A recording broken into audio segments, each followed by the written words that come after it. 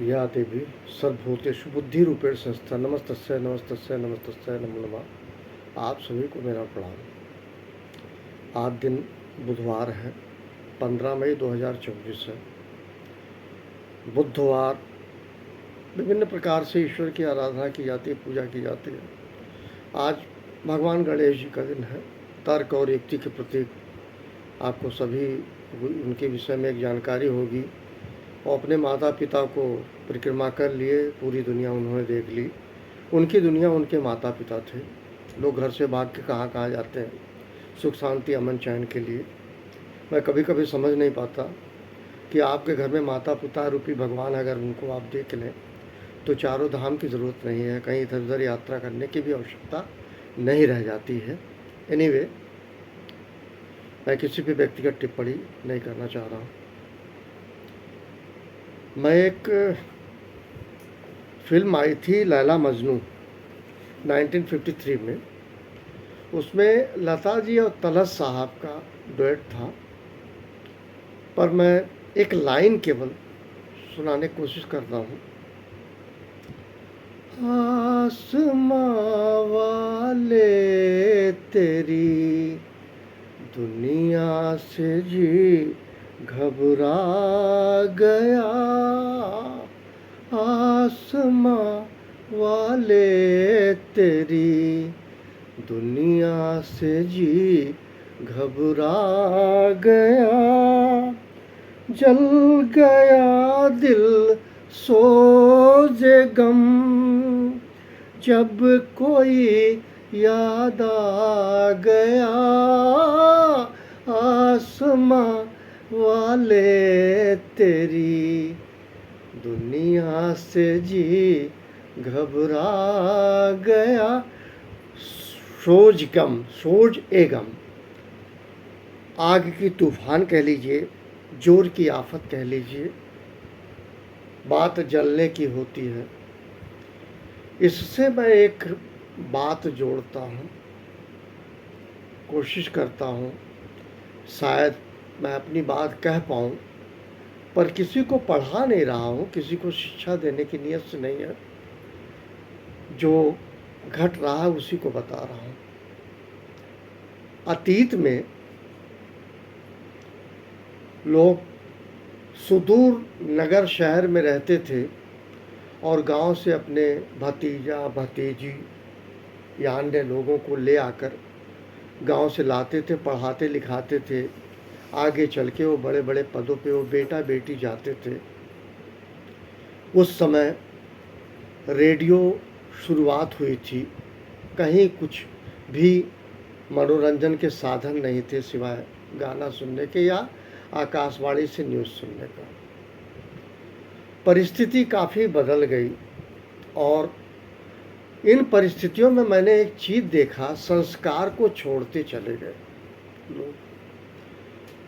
भतीजा भतीजी या अपने संतान के अलावा अन्य के संतानों के संदर्भ में परिभाषा लोगों की बदल गई। मुझे अफसोस नहीं है इस बात से, हाँ वर्तमान से दुखी ज़रूर हूँ। इस वजह से ये बात किसी वजह से कह रहा हूँ, कोई भी आज की स्थिति में स्वेच्छापूर्वक माता पिता अपने संतान को कहीं अन्यत्र अपने से दूर नहीं भेजना चाहता है। जो घटनाएं घटित हो रही हैं उन घटनाओं में रिश्ते नाते संबंधों को उजाड़ दिया है, तार तार कर दिया है। वो इस प्रकार, जब कोई भतीजा भतीजी रख रहा है अपने घर में तो सोचता है ये बर्तन मांज ले, बहा ले, खाना बना ले, लोगों को पानी दे दे, और वहीं वो अपने स्वयं के संतान से ये कहता है आराम से सो, कोई दिक्कत नहीं है। ये परिस्थिति बदली है। यहीं मैं समझ पाया आपने अपना और पराया में भेद कर दिया। मैं ये भी स्थिति देख रहा हूँ कई जगह, ये अनुभव के आधार पर कह रहा हूँ कि घर में देशी घी रखी है, और देशी घी मैंने कई लोगों से सुना, मैं नाम नहीं लूँगा, सहारा में बहुत लोग हैं जो पले हैं, वो बता रहे थे इस बात को कि मैं गांव का पूर्णतः था, मैं चाचा के घर में रह रहा था, और चाचा जो चाची थी वो भोजन परोसती थी और मेरे में दाल में घी नहीं डालती थी और अपने बेटे में दाल में घी डालती थी, और जब मैं मांगता था तो ऊट पटांग अभिव्यक्ति की जाती थी। इस बात को स्वीकार करें, अन्यथा ना करें। ओनरशिप का ट्रांसफ़र हो जाता है जब आप अपने संतान को, पुत्र या पुत्री को किसी दूसरे के घर में आप भेजते हैं, तो वो जो दूसरा शब्द है ना, दूसरा, वो कम्प्लीटली एप्लीकेशन उसका होता है, हर जगह होता है, बुरा नहीं मानना चाहिए। मैं सिर्फ ये कहूँगा, जिन किसी का संतान है, किसी का भी, अगर कहीं उनको जीवन यापन करना है, जीवन बढ़ाना है, उनको करियर में ले जाना है, कभी किसी चाचा चाची रिश्तेदार के यहाँ मत भेजिए। ये मेरा व्यक्तिगत रिक्वेस्ट है, क्योंकि वो हर तरफ से वो बेटा बेटी जा सकता है, आचरण से यहाँ तक, आचरण तक से भी जा सकता है। लेकिन मैं किसी को कह नहीं रहा हूँ, दुनिया में हर तरह के लोग हैं। मैं ये भी अगर मान लूँ कि ये एक्सेप्शन है, ऐसा नहीं है, अपवाद नहीं है, ये सच है और यही सच है।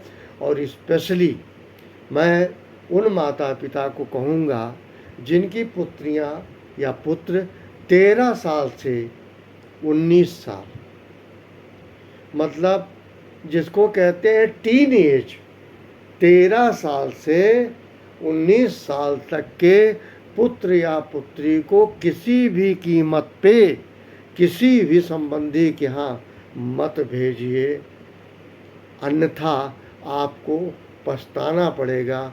और लाइन वो मैं इसलिए कह रहा था कि जो है, जल गया दिल सोजे गम से, दिल सोजे गम से जब कोई याद आ गया। आपके साथ हो सकता अच्छा आचरण हुआ हो, लेकिन वर्तमान परिवेश में मैं सबसे हाथ जोड़ के प्रार्थना करता हूँ, निवेदन करता हूँ, कभी भी टीन एज के संतान को, चाहे वो पुत्र हों या पुत्री हों, आप अपने से अगर दूर भेजना चाहते हैं, हॉस्टल ज़रूर भेज दीजिए, कहीं भी भेज दीजिए, लेकिन कभी किसी रिश्तेदार या परिजन के यहाँ मत भेजिए प्यारे। इन्हीं शब्दों के साथ आप सबका दिन कल्याण हो, भगवान कल्याण करे, गणेश जी की कृपा हो। Thank you very much. क्षमा करेंगे यदि किसी को बुरा लगा।